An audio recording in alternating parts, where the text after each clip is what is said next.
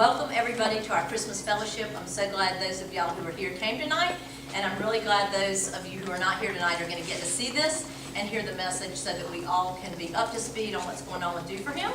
And you've got some dates, some really important dates coming up, and just some weekly updates that I wanted to update you on before we conclude tonight with just a word from the Lord. So, we actually need to talk about our team building retreat that normally happens in March. And through some circumstances and some checks in our spirit, we have actually decided to cancel our team building retreat this year. I just had a couple checks in my spirit, and then my daughter is dancing that whole entire week for her last senior dance at ECU. And I felt like I needed to be there, and so we really wanted to revamp a few things with our team building retreat. So this is what we're going to try for the next couple years. This year we're going to do a team building retreat at home. We're going to do a Friday night and a Saturday. So for those of you who have struggled to make it out of town, or that's not your most comfortable thing, I want you to get these dates down now, and I need help with that because I did not write them on my paper. So Jeanette, if you will figure out, it's the week after we had planned the team building retreat, so it's a week later in March, and we will be local. We will do kind of like if you're used to going to a typical ladies retreat. We will do a Friday night dinner and a message and something else Friday night, low key. Yes, so it'll be the 22nd. It would have been the 22nd, so now The 29th? it should be the 29th and 30th. Okay, the 29th and 30th, so that's great. So it'll be March 29th and 30th, Friday night and Saturday. The Saturday morning, we're going to do some team building activity. We have some great ideas locally to do, and it'll be a lot of fun for us and a lot of fun for people in our community to get to know us that day. And then we will have lunch together, and then I will conclude our time with a message. But that way, it gives us unity without having to travel. It's only going to cost about $50 for that day, so some of you have paid your money. We will be glad to refund your money. You can turn that into a donation if you feel the need to do that.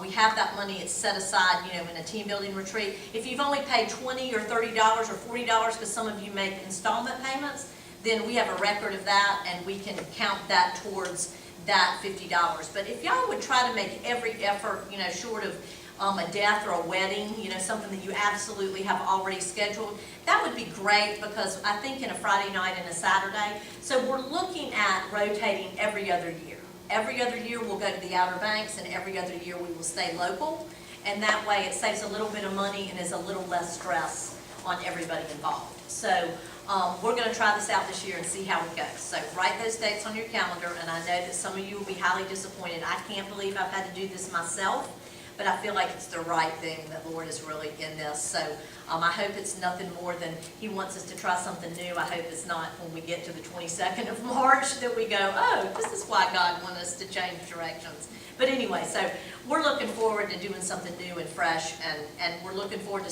seeing some of y'all who were unable to travel and make that trek, that this will be an opportunity for you to unite and gel with the team locally. So that day, put that down. We have some food needs for Thursday night. Thursday night is our open house. If you can pop by from 4 to 7. Those of you who aren't already knowing that we're depending on you to be there between 4 and 7, that would be awesome. If you have a pastor, please let him know this week and offer to bring him and say, come with me, and let him walk through. It's going to be literally a walk-through event. We've got great food happening. These are our brand new banners. Y'all were the first to see. Maybe Angela can give us a shot there on the video. Not sure whether that's possible, but anyway, Jeanette just did a fabulous job on creating a video, a banner, and every banner goes in each room so that people can tour through and learn just a little bit about each program. So we're really excited, and I wanted y'all to remind yourselves of why you're doing what you're doing, that we are truly on mission to set women free to flourish and develop their faith in Christ and empower them to take action. So this is happening Thursday night, and we still need a few food items. So if you can help out, we need some pimento cheese. If somebody can volunteer to bring that or get that to us, see Jeanette, she's taking notes on this because she's got to put it on the Sign Up Genius. I think we need some bruschetta or crostini or something, anything else. If you think of a better idea, that's fine. We'll take anything. And then we're spending a little bit of money for, an antipasta board, which is gonna be really neat. So if you can help and you just say, I wanna put $10 in, I can't do anything else, that would be awesome, because we have to buy stuff like olives and certain cheeses and stuff, and we have this beautiful board that's gonna go at the office. So we're really excited about that, and all the stuff that's gonna take place at the office on Thursday night. I will be glad to say amen at 7:30 on Thursday night when that event is over, because that's been just a little bit stressed. Okay, team Bible study that is supposed to be on the 13th of December. Y'all will listen to this, so be sure you catch this on the video. Is not happening on December 13th because we cannot get in the prison on the 2nd of January, so there is no need to have it that early. So we will have team Bible study for December on January 3rd, which means there will be technically no team Bible study in December. But your next chapter in your book, which is, anybody know off the top of your head? No. No, We're doing the resurrection and the life, I think is what it is. I think Jill's getting it for us. She's got the book. Yeah, thanks, Sally. It's one of the I Ams. Resurrection and life. We will meet on Thursday, January 3rd for team Bible study. That will help us get in the prison and be ready for everything else. So that cleans something off your December calendar. Actually, the Do For Him fast starts on January 3rd and goes, we're blocking off 21 days, so that takes us to January 24th, I believe. And if you go through 40 days, it's somewhere around February 11th. I'm going to be talking a little bit more about that in a few minutes, so I'm not going to spend a lot of time on that. We are working, if you're interested, we had to cancel our fasting Know and Grow workshop. I'm hoping to be able to do one online, I'll just go live at the office. We'll post it on Facebook, and then you'll be able to check into that, and you can share it with all your friends. Don't ask me the dates I'm going to do that, but God willing, I will be done with that before the last, the 18th of December. Because I want everybody to have time to think it through and prepare and decide what they're going to do. So God willing, I will be alive then. I will do that Know and Grow online by the 18th of December. Okay, here's some prison dates. So if y'all are in prison ministry, you need to pay attention to these. We don't go in January 2nd, but we do go in January 9th and January 16th. They have let us gain back one of our January times because they canceled so many. So we will go in, our small group time will be the 9th, our message time will be the 16th. You're welcome to go in both times, but that will be the January event. Lastly, for our big date announcement is February 22nd will be the prison retreat. They have put that on their calendar for February 22nd. The 22nd, it's a Friday. So prison team, you will go in your normal first Wednesday and second Wednesday in February. And then the whole team at large, everybody, all hands on deck. If you want to go in on the 22nd, that's a Friday, you'll need to take the day off from work, and we will need to know. So we will be asking for a response back. Yes, I want to go in for the prison retreat. We are doing anchored like we did at the team retreat. We won't be doing the same passages that we did at the team retreat. New people can go in on a one-day thing. On a one-day thing, new people can go in. We'll have to get DCI checks filled out. If you have husbands that want to go in, or especially if you have a pastor or pastor's wife that really seems interested in our ministry, that is the day for them to go in. So please, if you know that, feel free to ask them if they would be interested, and then get with me, and I'll try to talk more to them. But that day, we're going to try to be on mission to get music booked, etc. for that day, because it'll be quickly upon us. The very next Friday is our chicken barbecue. March 1st is our chicken barbecue. And why we want to do it on March 1st, y'all, is this is National Employee Appreciation Day. No lie, March 1st. So we really want to do that for the businesses. We already are selling about 1,200 plates. So that way the businesses have a reason to buy their company's plates that year. So we have to leave it on March 1st. So that is, you need to be aware of both of those Fridays. The 1st is the chicken barbecue, and the 22nd is the prison. And I need people in both places. So, you know, if you can navigate your calendar on those days, or you know people that can help us with the chicken barbecue, you know, it's about 6 hours of grueling from about 8 a.m. that morning until we get those plates out at 1 o'clock. So please mark your calendars for that and be, you know, guard those days. If you have the days off and can help, that would be such a blessing. And for those of you who are used to taking days off for the team retreat, you're not going to have to take days off for the team retreat this year. So maybe you can spread and share the love a little bit with those two events. So those are my dates, updates, and I want to just update you. I was not able to get a hold of Chuck today where Charlie's concerned. My last text, I've gotten several since I've been here tonight, so let me just double check and make sure that, one is, A couple of people are saying at some point you said the prison retreat was January 22nd, it's February 22nd. February, You yeah, may it have is misunderstood February that. 22nd. If I misspoke that, I'm sorry. It will not be the first or the last time tonight that I misspeak something, but, anyway, this is what's happened with, when I talked to Chuck the last time, which has been just a couple days ago. I called him, I talked to him on the phone in person because I needed to hear his voice. He's been in Alabama for a month now. They put a shunt in last week, and they've had to go back in and do 2 other anesthesia. Well, the shunt was one, and the next day they had to go in and put a port in maybe, and I might not be saying that exactly right, but you know, anesthesia is really hard when you've had that kind of surgery. So what Chuck said was he took 2 steps forward to take 1 step backwards. So continue to pray as, you know, he is not where they want him to be at this stage, but God has shown up faithfully. But you know, that's been a challenging situation. I'll talk more. I mean, I think right now, and then Ruth Ruby had major shoulder surgery, like won't be having use of her arm for weeks and weeks. So she is out of commission over the holidays. So if you can send her a card or say, hey Ruth, or you know, pray for her for sure that she would make it. Holidays is a hard time, and it's her dominant arm. So she's, you know, I don't know how she's making it. And she doesn't have, she's allergic to the pain medicine. Yes, thank you. She's allergic to the pain medicine. She texted me that this week, so, you know, she's winging it. So, you know, pray for her, and we'll continue to minister to her. If you can take her a meal or whatever, it's just 2 of them you're feeding her and her husband. So that's kind of easy. If you have leftovers, I'm sure you could run them over to her, and that would be, you know, greatly appreciated. I think she said no desserts. That's no fun, Ruth. You shouldn't have said that. And we like to cook, make you fat over the holidays. So anyway, okay, I just want to share a few things that the Lord's laid on my heart. Actually, for the last month, I have been in Exodus for our community Bible study, and keep going, Angela.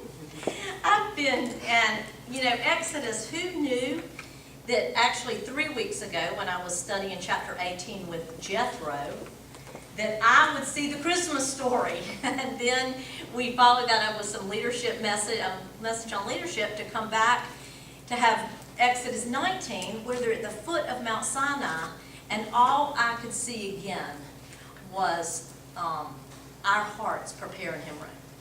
So I'm pulling some excerpts a little bit from that just to share with you the Christmas message from Exodus. But I feel like it just has Jesus all over the Bible, and you know, it's just so encouraging to see when you're way back in the Old Testament, which Exodus is probably one of my favorite books, and I've learned more and had more transformation from that book, but to see how God so set the stage for you and I. And here we are, and it's Advent season, and I love Advent season. And it's really what Advent is a time of waiting expectantly. You know, you start the first, well, four Sundays before Christmas. So again, this year it started yesterday, or Sunday, yeah, yesterday. And you work your way with an expectation and anticipation of just a fresh, renewed relationship with Christ and a renewed revelation of Christ. And that's what I want you to keep your mind fixed on that.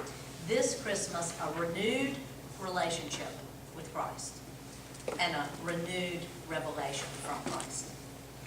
And in order to do that, you have to prepare him right. I guess that's why I want to sing Joy to the World, Jill, is because, you know, we have to prepare room for Christ. And I don't know about y'all, But I mean, I've been really convicted in the last couple of weeks as I've been doing about triple duty, not even double duty, doing some stuff in my house and doing double duty at Do For Him and going, oh my gosh, I don't have time to go to church. I don't have time to do this. I don't have time to do that. Overwhelmed with the expectations of holiday season. Of you got to be somewhere, you've got to have a gift with you, you've got to have food cooked. The expectations begin, the week before Thanksgiving, really, and take us through January. And have we even thought about preparing room for Jesus? For just erasing our calendars and having some white space for that fresh relationship and that fresh revelation. So I think sometimes we've become so familiar with the Christmas story and Advent season that we tend to take it for granted. And if you think for a second about familiarity, isn't that what happens? You get really familiar and then you kind of quit examining things and you kind of blow it off and you stop noticing. When you're really familiar with something, you stop noticing. And the Christmas story, how many times this season will you hear it taught? How many times will you hear the passage of Luke read? And my fear is that we will stop noticing and quit examining and really stop celebrating as we once did. And for me this year, I'm not a lover of all the Christmas hoopla. But for this year, God has just put His Spirit in my heart of wanting to celebrate the birth of Christ, anticipating what He's going to do, decorating, and I've really gotten excited about it. But familiarity tends to rob us of the wonder and the worship.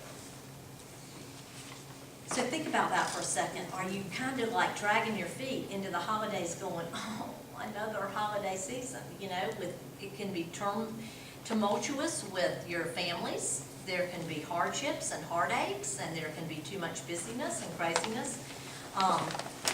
But what has captured the wonder of your heart is what controls you and the way you live. So tonight, on December 3rd, I want you to recapture the wonder of Christ. And recapture that love for Him, because it will control the way that we live in the next 30 days. And I want to live for Jesus. If He comes again on January 1st as a New Year's gift for us, I want to be ready and set for whatever is going to happen as we move forward. So, I don't want our eyes to grow lazy and our hearts to grow cold. I want us to be fascinated with the details of the Christmas story. So as I looked at Jethro, of all things, I'm reading this passage of Jethro showing up to Moses. And it's kind of a boring chapter if you have to know the truth about Exodus 18. I mean, it's a great leadership passage, and it's a great passage about seeking counsel. But I'm thinking, okay, what am I going to teach? How am I going to teach this in light of trusting God? And all I could see for the whole week that I was studying this passage was, this was an unexpected visit, and it was an unexpected vision. If you read Exodus 18, which you're all going to go home and read tonight, I know, because you're going to be so, really, she sees this, but Moses didn't know Jethro was coming. Moses didn't know that he was going to be reunited with his wife and children. It was unexpected. He didn't know that Jethro was going to come and observe the situation and give him fresh vision of God for what would work best in his life. How many of you want God to show up unexpectedly and reunite a family, or give you a fresh vision of the future, of everything, of a better way to do something, an easier way to do something, something that would bring life and light into your ministry or your home or your church or your community? Because that's really what happened the day that Jethro showed up in the camp of Israel. It was an unexpected visit, and it was an unexpected vision. And as I thought about that, I thought, okay, what's the most unexpected story in the world? It's a Christmas story. There was nothing expected in the Christmas story. It was, Mary did not expect to be pregnant. Very unexpected. Joseph stayed with her. Very unexpected. They thought, we all thought he was putting her out. There was a census called. How expected was that? Right in the middle of all of this, where people traveled from one place to another, which put them where they needed to be. I think it was pretty unexpected for Mary that she would be traveling to Bethlehem 9 months pregnant. And very unexpected that there was no rooms in the inn. Very unexpected that God would be born in a manger. Can you believe God was born in a manger? Nobody expected that. Shepherds in the field seeing angels, the lowliest people on the earth are hearing the angels say, "Go to Bethlehem and see the babe." How unexpected was that those people got to hear the voice of God and got to be the first ones to worship baby Jesus. Wise men bringing gifts from afar, gold, frankincense, and myrrh. How unexpected was that? Can you imagine Mary, her first minutes of seeing the wise men come and offer her these unbelievable gifts and bowing down to her babe? Totally unexpected. It wasn't what anybody expected. And I don't think Moses expected Jethro to show up. I don't think you and I expect some of the things because we have our own expectations. But tonight I want to challenge us to expect only the unexpected. Amen. If you and I could lose every expectation in the world and we could only expect the unexpected and be ready for God to show up and give us a fresh visit and a fresh vision unexpectedly, how would our lives change? But we have all these Christmas expectations, y'all. We have all these New Year's expectations of what we want to our family. And as I was reading an article in the last couple of weeks by Anne I can't ever say her last name. Voskamp. Thank you. I want to say it backwards. Thank you. Anne Voskamp. She talks about expectations and talks about how many expectations we have in our lives. But the expectations sit next to entitlement. And if we have so many expectations, we cross over into the entitlement world. And then we think we deserve. And that when we go down the path of deserving, then we go down the path to destruction. And how many of you lately, as you think of things in your life, say, "I deserve better than this"? Who in the world? Jesus, we don't deserve better. But our expectations of what we think we should have in 2018 in America, or from God, or because we're righteous, or because we're in ministry, or because we're doing the right thing, our expectations of what we want and what we can have and what we think our children should do and what we think our marriage should look like and what we think our bank account should look like, and we have all these expectations. But if we just would expect the unexpected, what would God do in the midst? And if we lost our entitlement, that suffocates, devastates, and incarcerates. Entitlement suffocates us because we think we deserve. It devastates us because we never get what we really want, and it incarcerates us, and it is the very thing that puts us in bondage. And if y'all don't believe that, look at the millennials of 2018. They think they're entitled, and it's killing them in every area of their life. So I want us to be really careful that we don't have so many expectations and that we embrace the sacred romance that God has for us this season. And I want to take you back to Exodus for a second, and I want you to think of the sacred romance, that he wooed his children, his chosen people, because if he will do it for the children of Israel, he will do it for you and I. He showed up in the lives of the Israelites and with power and presence as he defeated Pharaoh. And this is when he was wooing and pursuing. This was his dating game with the Israelites at the beginning of the sacred romance. And he was wooing them to get their attention and to show his power. Kind of like, how a guy does on the first date. He wants to impress. And he wants to show you a little bit about himself and how strong and mighty he is, how smart he is. And that's what God's doing before he rescues them from Egypt.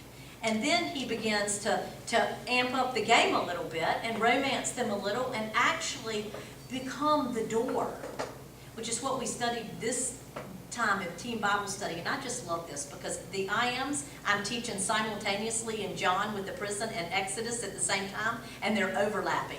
So it's amazing. This is the second time in a row that they've overlapped.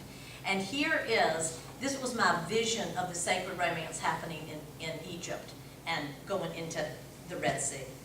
is that Jesus has a sword in one hand, fighting back all the bad guys, all the Egyptians who are pursuing, while opening the door to the wilderness.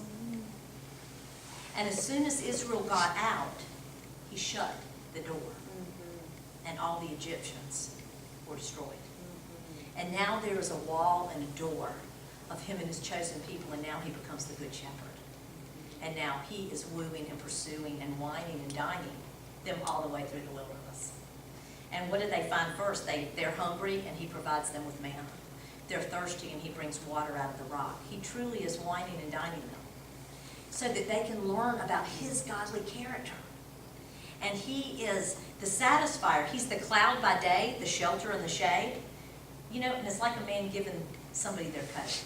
Here, I'm going to warn you, and I'm going to comfort you, because he was also the pillar of fire by night. And that was their wall of protection and their wall of war. And can't you just see God saying, I'm going to take care of you in the desert. Here's a coat to wrap you in. Here's a cloud by day and a fire by night. And he is going to be the knight in shining armor that fought their enemies as the Amalekites came. And he's wooing and pursuing and wining and dining to show them who he is, so that when it comes time to move from a sacred romance into the requirements of relationship, they're ready. Isn't that what we all did when we married our spouses, or we got into a covenant relationship? Is we went, and there are requirements to relationship. And in Exodus, God said, I want you to obey my voice, and I want you to observe my covenant. And he's getting them ready. And are we living by the requirements that God gave us to be in a great covenant relationship? You know, to really listen to his voice, because he's the one who's wooed us and pursued us and wined us and dined us. But when you get to Exodus 19, at the foot of this mountain, which is what is the whole crux of the relationship, he's saying, I'm going to go up on this mountain and I'm going to reveal myself. See, he's gotten them ready for relationship, and now he's going to get them ready for revelation. And he's walked them for 3 months, almost 3 months, 60 days plus, to the foot of Sinai, to the mountain of God, where Moses saw God in the burning bush. And he wants to give them a fresh revelation. But he says, first, you have to be ready. You have to be prepared for a fresh revelation. Now, you have to be prepared for a fresh revelation from me. And that's what I want us to talk about. I want you to expect the unexpected this holiday season and do 2 things. I want you to focus on your relationship with Jesus and focus on expecting unexpected revelation. Amen. Because God has a word for both of us, Amen. for all of us. A different word, a personal word, a rich word, a satisfying word, a filling word. You can see Christmas in Exodus. The holiday season, expect the unexpected, prepare him room, and watch and wait. That's Advent, watching and waiting, and wonder and worship in the spirit of Advent. Just like a gardener waits as he plants the seed for sprouting, growing, and becoming. That's what he does. He plants the seed and waits for sprouting, growing, and becoming fruitful. So that's what we're doing. We're sitting, waiting. What are you going to reveal to us, Christ? What are you going to show us this day when you're born in a manger this Christmas? What are you going to teach us? What are you going to reveal to us? When are you coming back? Are we ready? Are we waiting? Are we preparing him room for him coming again? Dietrich Bonhoeffer did this from a prison cell, waiting 2 years for the door to open. You know, he's got some devotion books, and he's got an Advent devotional book. His Advent devotional book was written while he sat in prison in Hitler's concentration camp as a political criminal under the Third Reich, not expecting to be in prison. But the unexpected brought us some of the richest, and him, never did he think. He was a prolific writer in prison. He was a prolific discipler. And the unexpected, being imprisoned for 2 years, brought such relationship and revelation with Jesus. But are you willing to go through whatever unexpected thing comes to get fresh relationship and fresh revelation? whatever comes. He waited for 2 years for that prison door to be open. He had a fiance who he never saw again. He wrote a journal, he wrote letters to her, waiting for the war to end, waiting for the true door of redemption, like Advent season. We are waiting for the Redeemer to come in the manger on Christmas Day, and the Redeemer, the true door of redemption, to come as Christ comes back again. But he did not know the unexpected event that would come. He did not know how much his writings would affect our generation. But in April of 1945, Hitler sent one last execution order for all the political criminals and prisoners who had conspired to overthrow him, and Bonhoeffer was one. And Bonhoeffer died on, my pages are back and front for the first time ever. I'm thinking, here's the rest of the story. Bonhoeffer died on April 8th. The Germans surrendered 10 days later. 10 days later, he could have walked free. But the unexpected thing of his death, of the loss of such a godly man, was our gain. Because we got all of his journals and his books and the revelations and the relationship that God built with him 2 years in prison. The Cost of Discipleship. Lots of books by Dietrich Bonhoeffer. And I just wonder, I've watched our team go through a lot in the last couple of weeks. And as I've watched what we've gone through and thought about the expectations and the entitlement and the unexpected, there's been so much unexpected. And I carried it, I'm probably backtracking a little because my pages were on the back, but anyway, the Pharisees, think about, were they prepared for the unexpected? No. They were so familiar, y'all, with the Christmas story's potential. The Messiah is coming, and they missed it. That's my fear for us, is that we're so busy and we're so familiar and we're so, distracted in 2018 that we miss what Christ is trying to do because we think we know. And we're entitled, because if anybody in the Bible was entitled, it would be the Pharisees. They felt like they deserved a king that would ride in a white horse and take over the Roman Empire, not a king that would ride on a donkey and be born in a manger. Entitled. We deserve better than this. This can't be the true Messiah. And this is what Bonhoeffer said. God is in the manger. Wealth in poverty, light in darkness, succor in abandonment. That's exactly. We are missing the light in the darkness. We are missing the wealth in the poverty. And all of this is happening right before us. And are we prepared for the unexpected? Or do we have to have all of the other and miss what God's plan is? There were so many things that, if you read some of his books, that you will discover happening in his life as he was in prison.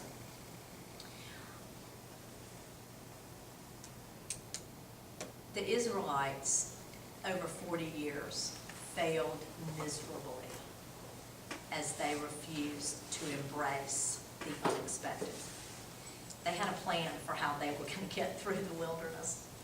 And every time God revealed himself in the sacred romance, every time God showed up in a different way, they embraced it for the moment, and then what did they do? They charted their next course of what they thought was possible, what they thought was right, what they thought, and they missed all that God had for them.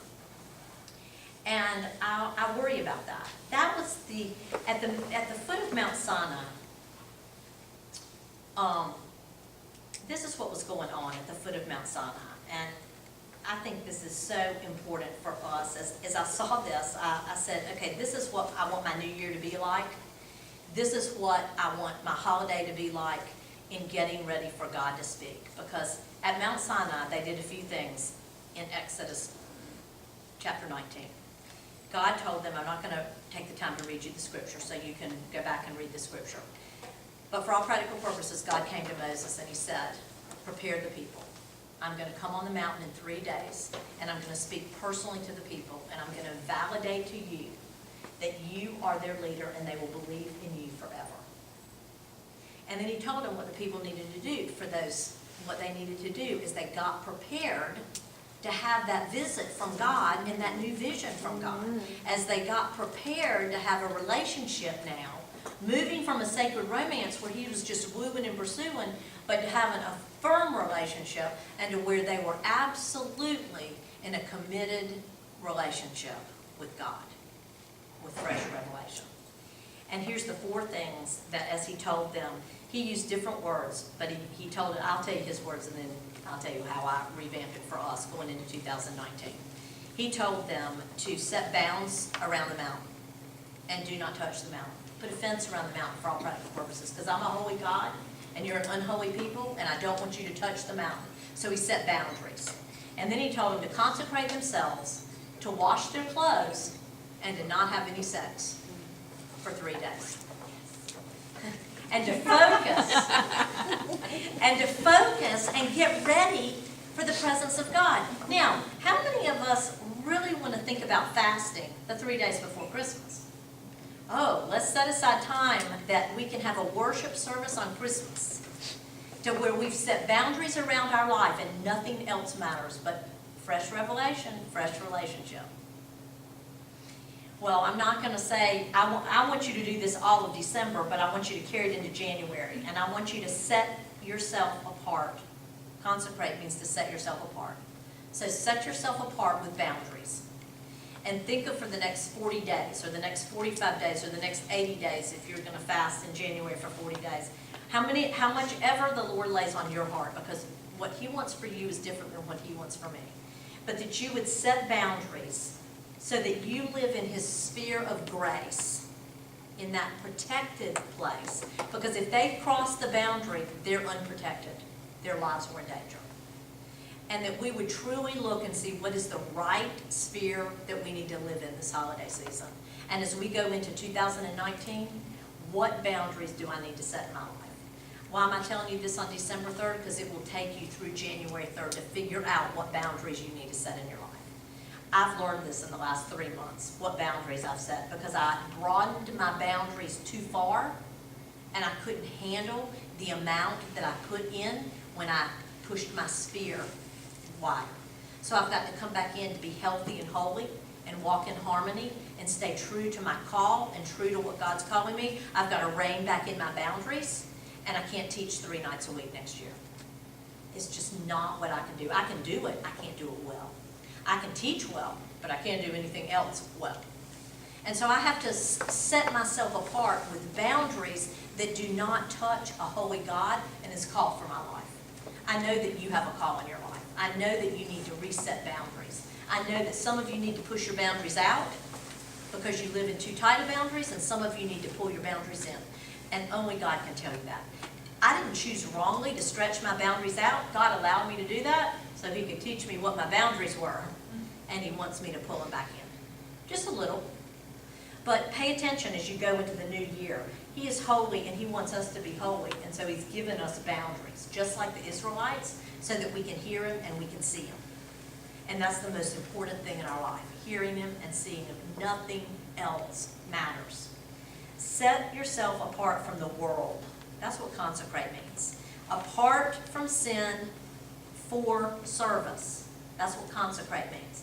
So we're not just going to set ourselves boundaries, but we're going to set ourselves apart from sin, from the world, and apart for service.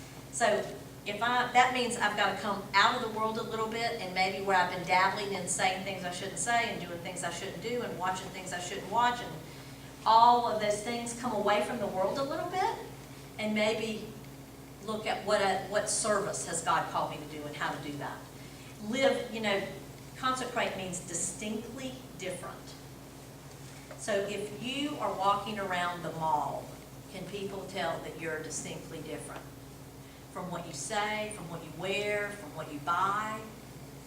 Do we look distinctly different? I wonder in our society, can people tell that we're with Dufresne Ministries, that we love a holy God, so that's what consecrate yourself. And I believe for the Israelites, they did not need to look like the pagan nations that we were going to do. And I see it every day, y'all. We look just like America. Do you know the divorce rate in churches is the exact same as outside of churches? There's so much that we have compromised, and no one can tell who the real Christians are because we don't always look distinctly different. I read my page numbers here. Wherever they are. I don't know how I made that mistake. Set yourself, and here's the acronym to think through this. I love this. Think. Because if you're going to set yourself apart from the world, this is a great acronym. You have to think. Nothing makes me stomp my feet more than when we don't think. When we don't read a book and we don't think outside the box and we don't ask hard questions and we don't look beyond what is right here in front of our face. Is it true? Is that T? Is it helpful? Is the H? As you're thinking about your boundaries, as you're thinking about your new year, is it true? Is what you're doing helpful? Is it inspiring? Is it necessary? THINK. Is it necessary? And is it kind? I think if we would all look at that as we go into the new year, we could cull back some things and say, this is not necessary, and this is not kind, and this is not true, and this is not helpful. And really clean up our lives to where we look set apart so that we can see God. Set yourself apart with cleansing. That's what he said, wash your clothes. So that really doesn't apply in the same sense to us as it did back to the Israelites who literally had not washed their clothes in probably 60 days. That they needed to set themselves apart and do something that would make them ready for the presence of God. I do think that when we get ready for Christmas and we dress up and we pay attention, but this is more about us cleansing ourselves spiritually. And as you go through the next season, think about what do you need to be cleansed of spiritually. And set yourself apart with cleansing. Confess your sin. Pick up that book that's over there on the table and look at it, Returning to Holiness. Really meditate on God, what in my life is not pleasing to you and do I need to wash away the sin that separates us from seeing? Because if we've got sin that's unconfessed, we're not going to see a fresh revelation. And we're not going to have a renewed relationship. We have to say we're sorry. And lastly, set yourself apart from pleasure. I couldn't think of a better way to talk about sex than pleasure. I mean, that's what he wanted from them. Don't do what you normally do to bring satisfaction and pleasure, because I want you to be focused. I want you to be focused and ready. So what are we doing that's stealing our time because we're so wrapped up in the pleasure? You know, each one of us have a guilty pleasure. I mean, that's what they're called, guilty pleasures. You know, things that we're just enamored with that are bringing satisfaction and joy to us. And maybe for a season, God wants you to set that apart. And as we go into our season of fasting, I really believe that if you take these 4 things, this will define our fast in 2019. To set yourself apart with boundaries. Set yourself apart from the world. Set yourself apart with cleansing. And set yourself apart from pleasure. And food is pleasurable. And so I want you to start thinking now about what you can do in January, fasting-wise. Luann and I put a lot of fasting books over there. There's some great books. If you don't have one of those, you might want to refresh your Ask For It on your Christmas list or download it on your Kindle. The notebooks you're going to see on the table, if you don't have those, 2 of them are awesome reads to go through during your fasting or in preparation for that. I believe the Israelites during that 3-day period of time, this was a source of fasting where they truly set themselves apart and did nothing but prepare for fresh revelation. Maybe you do it before Christmas in really anticipating what that will look like. But I want to read you one verse of Scripture because to connect the Israel of the Old Testament with Israel of the New and how Jesus showed up. Because as I looked at this covenant relationship and goes, oh my gosh, this is God wooing us in this sacred romance to this mountaintop where he wants to reveal himself, and really a few months later they get married for all practical purposes. They covenant with God in a covenant relationship to do what he says and to be in a covenant relationship with him forever. This is just the prelude to that on Exodus 19. But they failed because it's a conditional covenant. If you do this, I will do this. And then Jesus. And this is the new covenant where you and I live, and the new covenant is what brings me great joy this holiday season. That I can't measure up, live up to, meet the demands of, keep that conditional covenant. I just am not able to do it. But this is what happens next. Jeremiah 31 through 34. Behold, days are coming, declares the Lord, when I will make a new covenant with the house of Israel and with the house of Judah. Not like the covenant which I made with their fathers in the day that I took them by the hand to bring them out of the land of Egypt. My covenant which they broke, although I was a husband to them. It really was a marriage ceremony. They were in covenant relationship with God. He was a husband to them, declares the Lord. But this is the covenant which I will make with the house of Israel after those days, declares the Lord. I will put my law within them, and on their heart I will write it. I will be their God, and they will be my people. They shall not teach again, each man his neighbor, and each man his brother, saying, Know the Lord. For they shall all know me. All of us have that door opened and privilege of access, from the least of them to the greatest of them, declares the Lord. And I will forgive their iniquity, and their sin I will remember no more. Thank you, Jesus, for the new covenant. Amen. For the new covenant, that we're not under that law, that by the birth of Jesus Christ in the manger, God in a manger, the unexpected, came unbelievable fresh revelation. There's been a lot of unexpected.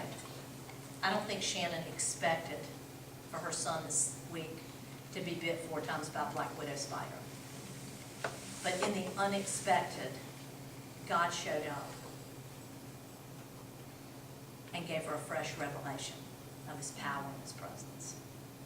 Little Cain got a fresh revelation of his power and presence. There's a picture on Facebook of him going forward on Sunday to say, I love the Lord so much. But are we willing to get bit by a black widow spider 4 times in order to see a fresh revelation of Jesus? Are you ready to expect the unexpected? Because I don't think that Charlie Calder expected to have a brain tumor. I don't think Chuck expected to be in Alabama for a month. But I can tell you by the text that I've read from him that he's got a fresh revelation from God and his power and his presence. Amen. He's got a renewed relationship that God hears our prayers, and that God is answering our prayers when it doesn't feel like we want it to feel, when it doesn't look like we want it to look, when it doesn't taste like we want it to taste, and no expectations other than to expect the unexpected. That's happened to so many of y'all recently, and it's okay. It's okay to be in the hard place, because in the hard place that day on the mountain was thunder and lightning and an all-consuming fire, and commentaries call it the storm of the decade. Lightning, unbelievable lightning, and the fire of God touched down on the mountain, and the mountain trembled.